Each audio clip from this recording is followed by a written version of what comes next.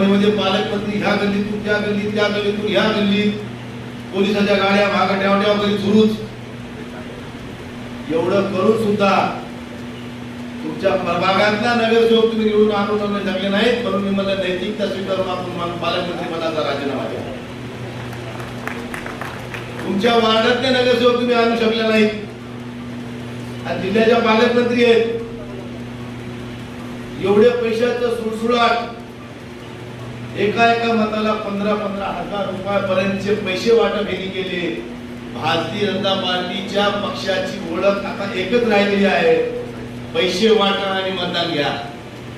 आणि एवढं करून नाही जमलं तर अधिकाऱ्याला हाताची धरा, निवडून आलेल्याला पाडा आणि हारलेल्याला निवडा. तर असंच प्रभाग क्रमांक 1 मधल्या व्यंकट ढाळेच्या निवडणुकीमध्ये जी बाद झालेली मतं एकीकडं आणि मंजूर असलेली मतं एकीकडं. आता बाद सुरुवातीला मताची काउंटिंगच ज्या ह्याच्यावर झालेल्या बॅलेट पेपरवर झालेल्या मताच्या मोजणीपासून सुरुवात झाली. बॅलेट पत्रावरची जी मतं मोजणी झाली त्यावेळेस व्हॅलिड आणि इनव्हॅलिड मताची अगोदर छाननी केली. 3 वेळेस आणखीनही तिथे कॅमेरे आहेत, त्या कॅमेऱ्यात तुम्ही बघा 3 वेळेस इनव्हॅलिड मतं केलेली बाजूला केली आणि व्हॅलिड मतं बाजूला केली. आणि नंतर फायनल झाल्यानंतर ती व्हॅलिड झालेली मतं मोजली आणि नंतर मशीनच्या मताची मोजणी सुरू झाली. ज्यावेळेस मशीनच्या मताची मोजणी सुरू झाली आणि नंतर शेवटी असा निर्णय आला, एक शेवटच्या टप्प्याला अशी लढाई आली की आता ही एका मताच्या फरकानं उद्धव बाळासाहेब ठाकरे पक्षाचा उमेदवार त्या ठिकाणी निवडून येतोय. अशा वेळी आमच्या सन्माननीय पालकमंत्री ताईंनी 10-12 कॉल त्या आरोला करून इनव्हॅलिड केलेल्या मतातले 2 मतं बाहेर काढले आणि त्याला व्हॅलिड करून हा निकाल त्यांना फिरवायचा होता. पण आमच्या उमेदवार आणि त्याच्या समर्थकांनी आम्हाला फोन केला. मी त्या ठिकाणी पोहोचलो, माझ्या पाठोपाठ आमदार साहेब आले. आम्ही त्या अधिकाऱ्याला सरळ सांगितलं की सगळं इन कॅमेरा चालू आहे, मी सगळी मीडिया घेऊन आलोय. इनव्हॅलिड झालेल्या मताला व्हॅलिड करण्याचा नैतिक अधिकार तुम्हाला राहिलेला नाही. ज्या वेळेस तुम्ही इनव्हॅलिड मतं बाजूला केलेत, आता व्हॅलिड मतच तुम्हाला मोजायचे, ह्या मताला तुम्हाला हात लावायचा नैतिक अधिकार नाही. परंतु ते अंडर प्रेशर होत्या.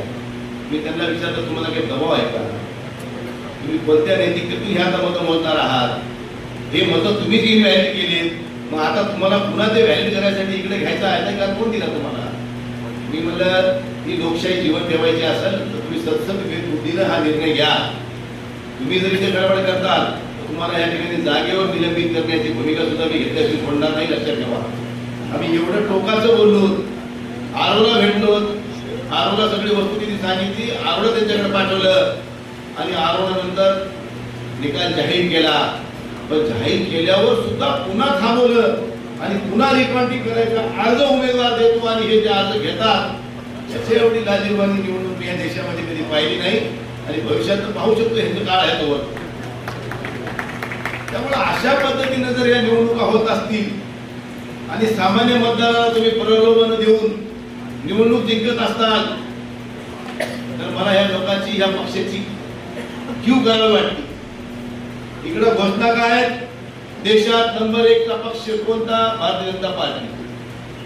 आणि रस्त्यावर प्रचारात फिरताना 4 कार्यकर्ते नाही भारतीय जनता पार्टी जवळ, पण देशातला नंबर 1 चा पक्ष, त्याच्या मागे माणूस नाही.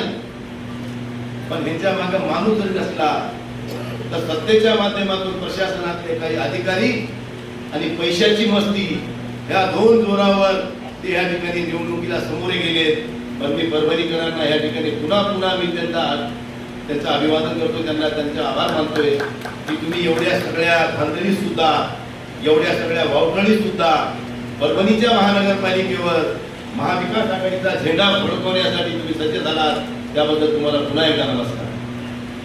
आणि मग निवडणुकीमध्ये आम्ही बघितलं आरोप प्रत्यारोप चालूच होते की हे आम्ही केले.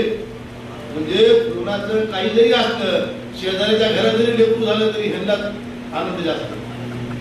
म्हणजे ही जी शोकांतिका ह्या पक्षाची आहे ती कुठेतरी आपण सुद्धा विचार करण्यासारखी आहे. म्हणून माझ्या सर्व मित्रांना विनंती आहे आता ही महापालिकेची निवडणूक संपलेली आहे. कोणाला काय भेटायचे, बोलायचे, बोलून गेले, होऊन गेलं, लोकांनाही कळून गेलं. लोकांनी बी कोणाला द्यायचे, कोणाची ठोकायचे ठरवून दिलं, करून टाकलं. आता आहे जिल्हा परिषद पंचायत समितीच्या निवडणुका. आता ह्या निवडणुकामध्ये मला शहरातल्या निकालाचा कौल खूप काही आपल्याला ग्रामीण भागातल्या मतदारांना सांगून गेलाय की तुम्ही सज्ज राहा. उद्याची जिल्हा परिषद सुद्धा तुमच्या आम्ही ताब्यात देऊ. फक्त तुम्ही लढणी मान लगाव, चुनाव लढाव. अशी परिस्थिती भारतीय जनता पार्टीने केली आहे. म्हणून आता भारतीय जनता पार्टीच्या कार्यकर्त्यांनी या पुढे फक्त सतरंजा उचलायचं काम करायचं, निवडणूक लढवायचं कामच नाही करायचं. मला तर एक हसू आलं. प्रभाग क्रमांक 14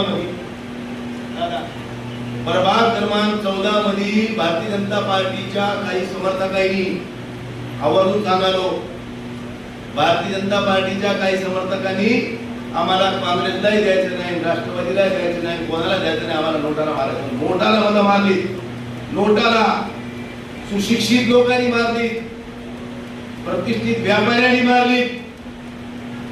ही लाज वाटायसारखी गोष्ट आहे. अरे ही लोकशाही कशासाठी ठेवली आहे? तुम्हाला एवढाच खुमखुमी होती तर उभे करायचे ना माणसं. तुम्ही नको म्हणलं होतं का तुम्हाला? आम्ही 35 जागा उभ्या केल्या, महापौर आमचा होणार म्हणून कोण जबाबदार कुठून म्हणून द्यायला तुमचा महापौर आले 12 ते मी रेडी करून माल वाटून.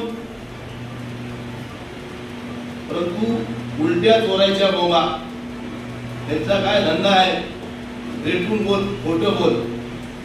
त्यामुळे अशा लोकांपासून सावध राहा. निवडणुकीत अपप्रचार केला, लाडक्या बहिणीच्या पगारी बंद करू, मतदान आम्हाला नाही दिल्यावर. जसं ह्याच्या बापाच्या घरून ते पगार जाईल लोकांना.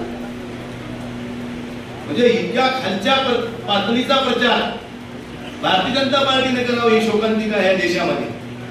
म्हणून माझी सगळ्या मतदारांना विनंती आहे, या पुढच्या कुठल्याही निवडणुका जर आम्ही एकजुटीने लढलो, आमच्यामध्ये एक वाक्यता जर आम्ही ठेवली तर ह्यांना आम्ही 4 गुंड्याची केल्याशिवाय राहणार नाही. या लक्षात ठेवा. फक्त आमच्यामधला एक वाक्यता, आमच्यातली एकजूट ही कायम राहिली पाहिजे. थोडासा रुसवा फुगवा असते ते तुम्ही आपण कुठे दूर केला पाहिजे, मनाचा मोठेपणा दाखवला पाहिजे. ज्यावेळेस आम्ही काँग्रेस आणि शिवसेनेची युती करत होतो त्यावेळेस 4-2 जागावर आमचं थोडं बहुत एक वाक्यता होत नव्हती. परंतु दोघांनी समजूतदारपणा घेतला, काँग्रेसने समजूतदारपणा घेतला आणि सामंजस्याने हा विषय संपवला. म्हणून आज आम्ही महापौर बनवण्यासाठी पात्र ठरलो. जर आम्ही सोबत बसलो नसतो तर आमचा महापौर झाला नसता, हे पण सत्य आहे.